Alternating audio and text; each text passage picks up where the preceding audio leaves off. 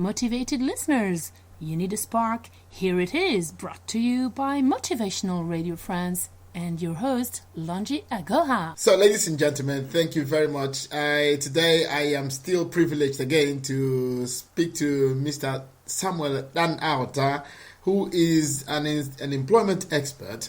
And I have always believed that the best way to empower anybody is by empowering him to do something with his life. And so he's an employment expert, and we're privileged to be speaking to him today. So, Mr. Samuel, how are you today? I'm fine. Yeah, okay. So could you tell our listeners who you are and what you do exactly? Okay. Once again, my name is Samuel DanAuta. I am the Chief Executive Officer or Program Coordinator of Silicon Youth Development Center and Mind Power Motivation. Silicon Youth Development Center is a non-governmental organization based in just here in Nigeria. Mm-hmm. And Mind Power Motivation is a human capital development consultancy where we consult for companies, for individuals, for organizations, families. There's no kind of consultancy that we don't do in Mind Power Motivation as far as development is concerned. I have very special interest, or passion rather, in working with young people.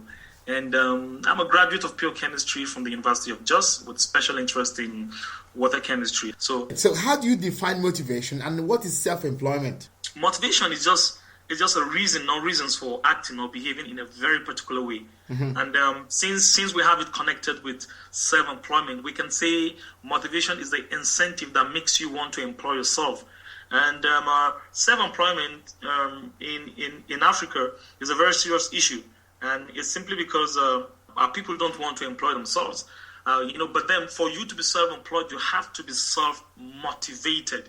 So motivation and self-employment they have a great connection. For someone to be self-employed, which means for you to employ yourself or for you to be your own boss and employ other people to work for you, you have to be self-motivated to get to that level. Okay. Now, is it possible? Is it easy to self-motivate? And if yes, what are the rules? How do you do it? It's very correct, or it's very possible for one to be self-motivated. And how do you get self-motivated? You see, if you want to get self-motivated, you look at this word fear. The word fear, as in F-E-A-R. Fear has two sides of it. The first part of fear is prohibitive, and then the second part of fear is propelling. And the prohibitive part of fear is that part of fear that stops people from doing certain things because of the fear of unknown.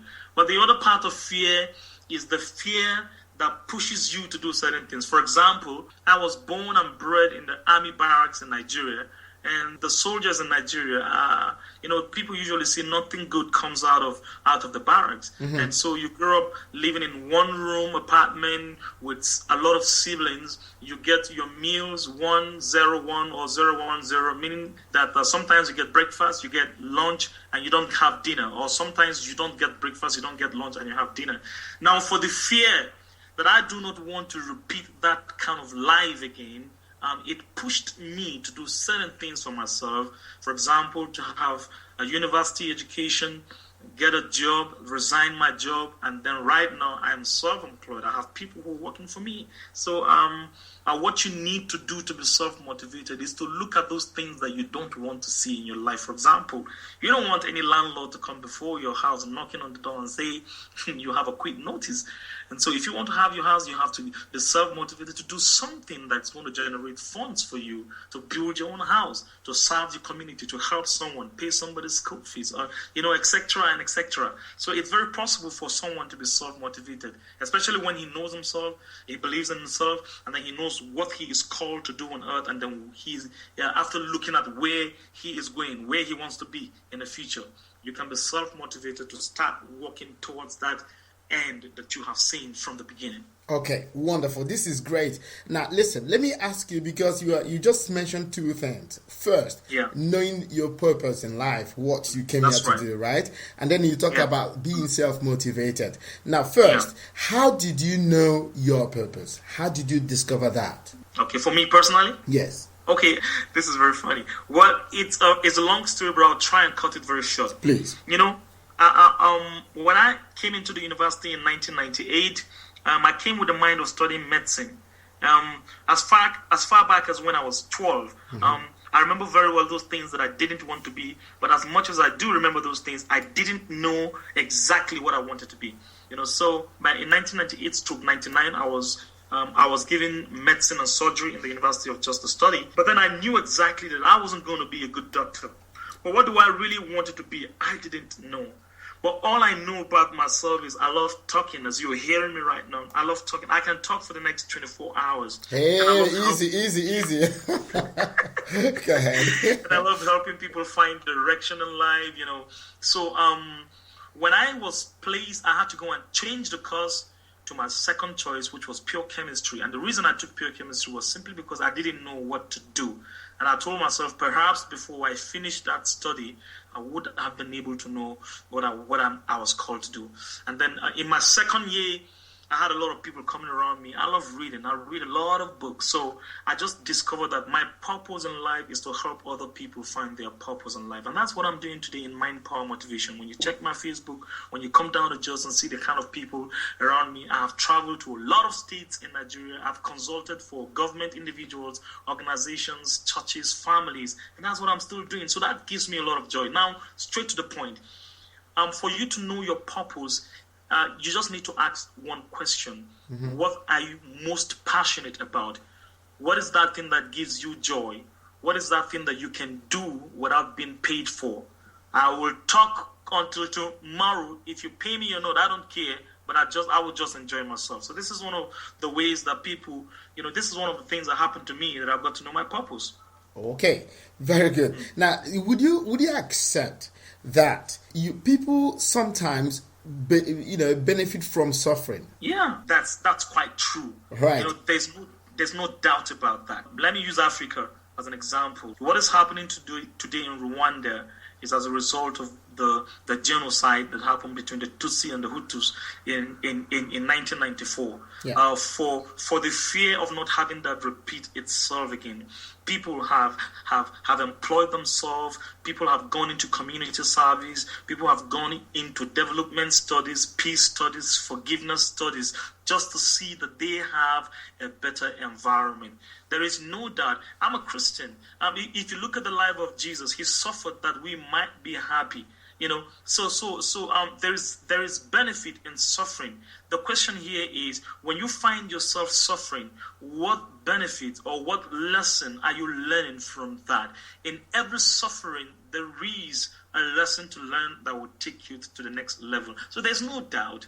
When you look at even the history of great men all over the world, if you look at their background, they came from a lowly background. There was suffering attached to their birth, their upbringing, and the later part of their lives became great. So I will answer that on the affirmative, sir. Okay. Now, based on this analysis, is it possible to recommend suffering? Well, it's How about that? I would not really say, I'm not going to recommend suffering for anybody. Right. But if you find yourself by the circumstances of life or nature or environment, you go through it very well. It's experts today call it a crisis period, and usually crises don't last. So the best way to weather a crisis is to outlast it. I'm not going to recommend. Yes, you just outlast crisis, and if you can outlast crisis, it means you're going to come out on the other side of the tunnel. But I'm not just going to tell anyone to go and inflict pains on himself, or you just go and begin to suffer so that you can benefit. No, there are people whom quote and unquote are born with a silver spoon. Some of those guys who are even born with a silver spoon don't end up with a silver spoon in their mouth or in their hands, because you see what I mean? Somehow, if you don't know the way of management, if you didn't suffer to get certain things, you won't know how to manage it. That's what I'm saying. That is, sometimes it's better to recommend a little bit of it. Just joking. It depends, actually. Yeah. Okay, good. But we're just saying that yes, a bit of suffering is good because of the fact that it will teach you one or two things. Because if you give somebody something free of charge without any strings attached to other things, there's a tendency for that person to misuse it or something like that. So, if the person gets that same object with a little bit of suffering, or at least with a little bit of hardship, he has a tendency to keep it well. Just like I said earlier on, just to bring a balance so that our listeners don't just feel that you must suffer to get anything. I don't believe that you must suffer to get everything that is good, but you must learn to get anything that is good. You must work hard, and working hard does not necessarily mean suffering in the definition of the word suffering. But I would prefer if we will use the word hard work here. For example, I was watching a biography of Bill Gates and Warren Buffett, and it was in one of the universities in the US, and a question came to Warren Buffett. It said, right now you are a billionaire, and that means your children are automatically a billionaire. And then Warren Buffett said, no, as the American dream is, I'm going to give half of my wealth to charity. But you see, I'm going to leave wealth for my children, enough not to beg, and not too much not to work. Aha. Can you see that? Yeah. Right. That's very smart. That's it. So the balance here is that let's look at how you can work hard, not even really depending on what your father has accumulated. If he's a millionaire, not what he has accumulated, But then we're talking about a first generation millionaire. And if you want to be a first generation millionaire, first generation great man, you must work hard for it. This podcast was brought to you by the Motivational Radio France with their host, Lonjago in Paris.